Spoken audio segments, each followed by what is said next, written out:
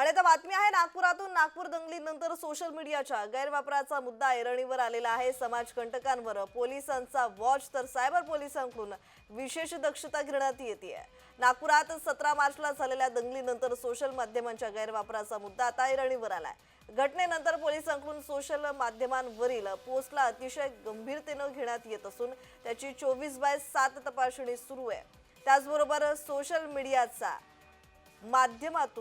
मीडियाच्या माध्यमातून खोडसाळपणा करणाऱ्या अशा समाजकंटकांवर पोलिसांचा वॉच आहे, तर सायबर पोलीस ठाण्याकडून विशेष दक्षता घेण्यात येते।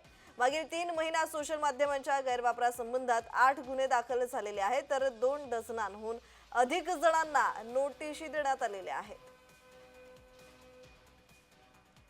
नागपूरमध्ये दंगल झाली, त्यामध्ये कित्येक पोलीस जखमी झालेले पाहायला मिळालेले आहेत आणि त्यानंतर पोलिसांच्या कारवाईला वेग आल्याचंही पाहायला मिळालंय।